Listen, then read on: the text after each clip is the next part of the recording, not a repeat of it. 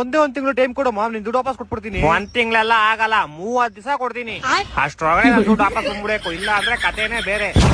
ನಿನ್ಗಿನ್ನೂ ನನ್ ಬಗ್ಗೆ ಗೊತ್ತಿಲ್ಲ, ನಮ್ ಹುಡ್ಗನ್ ಕೈ ಕೊಡ್ತೀನಿ, ಹೇಳ್ತಾನೆ ಕೇಳು. ಲೇ, ಅಣ್ಣನ್ ಬಗ್ಗೆ ನಿಂಗೆ ಇನ್ನೂ ಗೊತ್ತಿಲ್ಲ. ಚಿಕ್ಕ ವಯಸ್ಸಿಂದ ಹೇಳು. ಅಣ್ಣಂಗೆ ಹೆವಿ ಆಟಿಟ್ಯೂಡ್. ಅವ್ರ ಅಮ್ಮನ್ ಹೊಟ್ಟೆಲಿ ಜಾಗನೇ ಸಾಲ್ತಿಲ್ಲ ಅಂತ 9 ತಿಂಗಳಿಗೆ ಆಚೆ ಬಂದ್ಬಿಟ.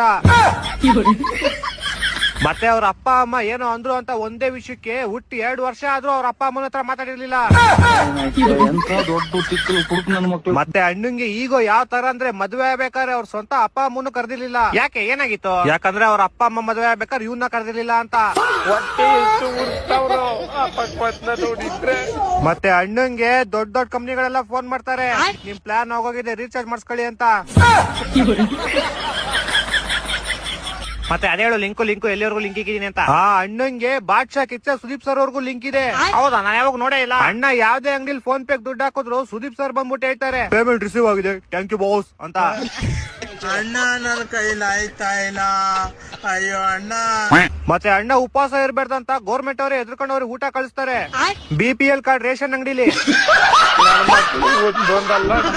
ಒಂದೊಂದಲ್ಲ ರೆಕಾರ್ಡಿಂಗ್ ಗೊತ್ತು.